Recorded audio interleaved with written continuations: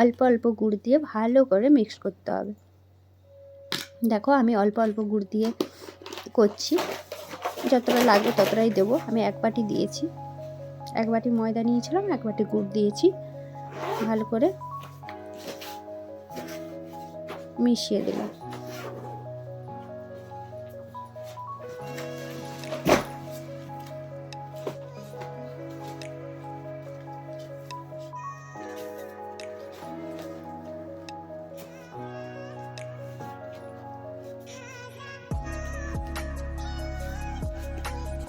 এবার এখানে দিয়ে দিচ্ছি 1 কাপ পরিমাণ ঠান্ডা দুধ। লিকুইড দুধ না যদি থাকে, গুঁড়া দুধ জলে মিশিয়ে এইভাবে তৈরি করে নিতে পারেন। এইভাবে আমি একটা একটা উপাদান ভালো করে মিশিয়ে নিতে পারি। সব উপাদান আমরা ভালো করে মিশিয়ে দিলাম। কেক তৈরির ক্ষেত্রে মিশানোটাই খুব ইম্পর্ট্যান্ট, কারণ আমরা যদি দেখি ময়দাটা ডলা পেতে আছে, তাহলে কিন্তু কেকটা ভালো হবে না, ফুলবে না। আর এখানে আমি বলে রাখছি, এখানে কোনো ডিম ব্যবহার করব না। ডিম ছাড়াই আজকে আমি বিশেষ কেকটা তৈরি করব।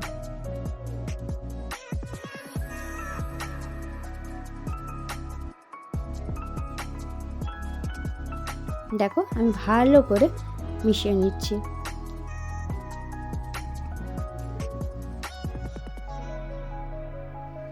অনেকক্ষণ ধরে, যতক্ষণ ধরে তুমি ভালো করে মিশিয়ে নেবে, বাটারটা খুব সুন্দর হবে, স্মুথ হবে।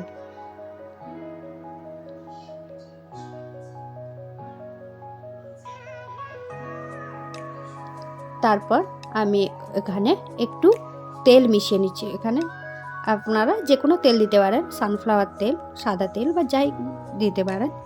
আমি এখানে সানফ্লাওয়ার তেল দিয়ে দিলাম, দিয়ে ভালো করে মিশিয়ে দিলাম। হ্যান্ড উইশের মাধ্যমে আমরা ব্যাটারটা অনেকক্ষণ ধরে এইভাবে মিশিয়ে নিলাম। দেখুন মিশ্রণটা খুব সুন্দর মিশে গেছে। যত বেশি এইভাবে আমরা মেশাতে পারবো, আমাদের কেকটা তত ভালো স্মুথ হবে এবং খেতে টেস্টি হবে। ইলেকট্রিক মিটার দিয়ে করলে অল্প সময়ে হয়ে যায়, কিন্তু আজকে আমি দেখাচ্ছি যাতে সবাই তৈরি করতে পারেন। খুব সহজ রেসিপি, যে কোনো অকেশনে বা ক্রিসমাসের দিনে বা বার্থডে পার্টিতে বাড়িতে থাকা অল্প উপকরণ দিয়ে আপনারা তৈরি করে নিতে পারেন এই সুস্বাদু কেক। আমাদের বাটার রেডি হয়ে গেছে। এবার কেক তৈরি করার জন্য আমরা একটা বাটি নিয়ে নেব।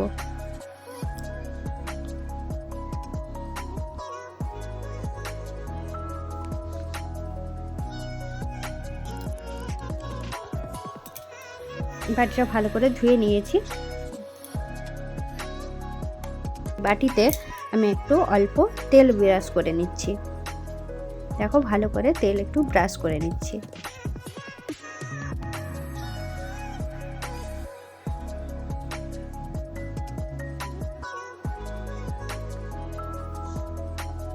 এর বাটির মধ্যে আমি কাগজ দিয়ে দিচ্ছি। ওই কাগজের উপরে একটু ভালো করে তেল করে দিচ্ছি।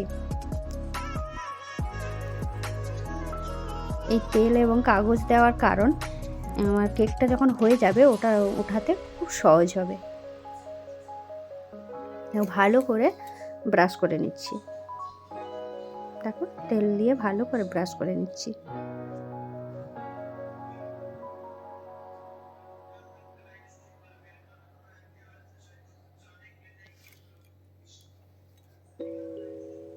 এরপর বাটারটা এখানে ঢেলে দেব।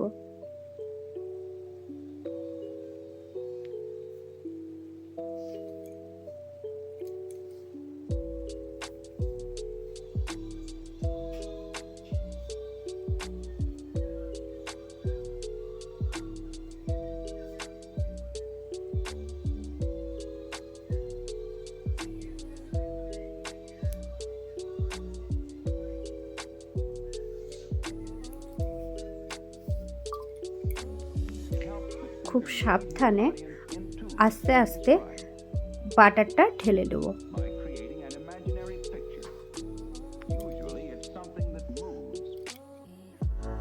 যে পরিমাণ আপনারা কেকটা যত বড় করবে সেই রকম বাটি আপনারা ব্যবহার করবে। আমি ছোট্ট কেক বানাবো তাই একটু ছোট বাটি নিয়েছি।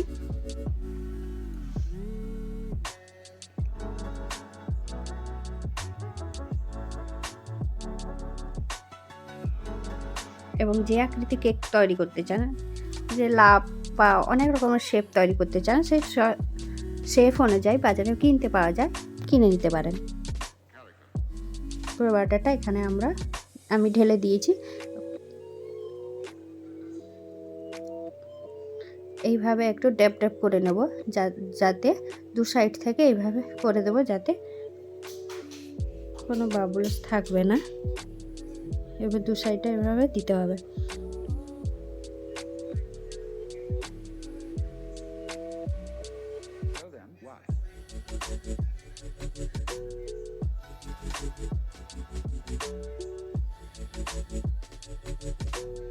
এবার আমি কিছু ড্রাই ফ্রুট নিয়েছি, কিশমিশ আর কাজু।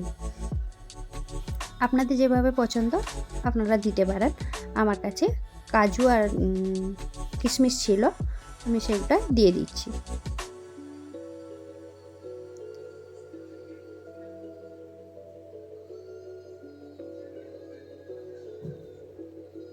দেখো আমি আমার পছন্দ মতন দিয়ে দিয়েছি।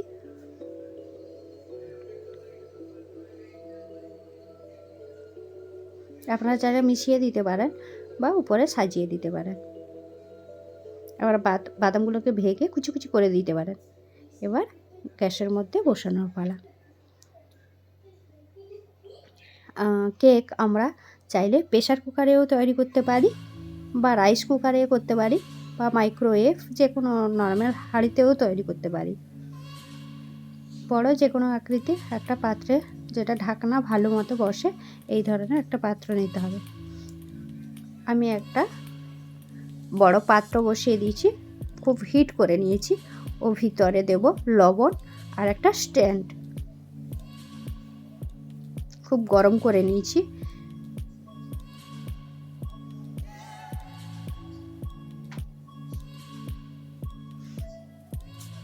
দেখো এর মধ্যে আমি দিয়ে দিচ্ছি স্ট্যান্ড।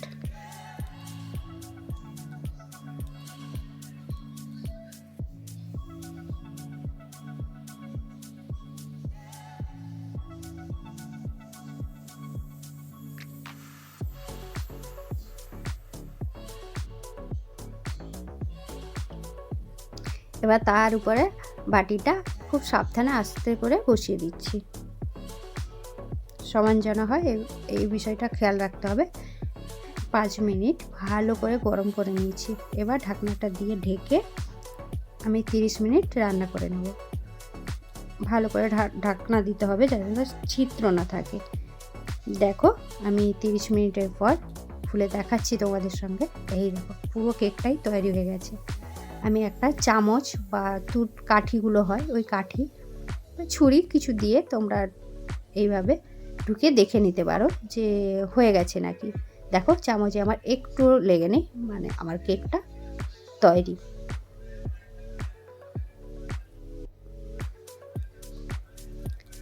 ওর ভিতর থেকে এবার কেকটা আমি বের করে নেব একটু ঠান্ডা হওয়ার জন্য। দেখো বের করে রেখেছিলাম, আমার কেকটা ঠান্ডা হয়ে গেছে। এবার দু সাইড দিয়ে ছুরি দিয়ে আমি ছাড়িয়ে নিয়েছি। তারপর একটা পাত্রে করে উল্টে দিলে কেকটা দেখো পুরো বেরিয়ে আসবে। দেখো কেকটা আমার পুরো বেরিয়ে এসছে, খুব নরম হয়েছে, দেখতেও খুব সুন্দর হয়েছে, কালারটাও খুব সুন্দর হয়েছে। আমার রেসিপিটা ভালো লাগলে লাইক, কমেন্ট, শেয়ার। টাটা।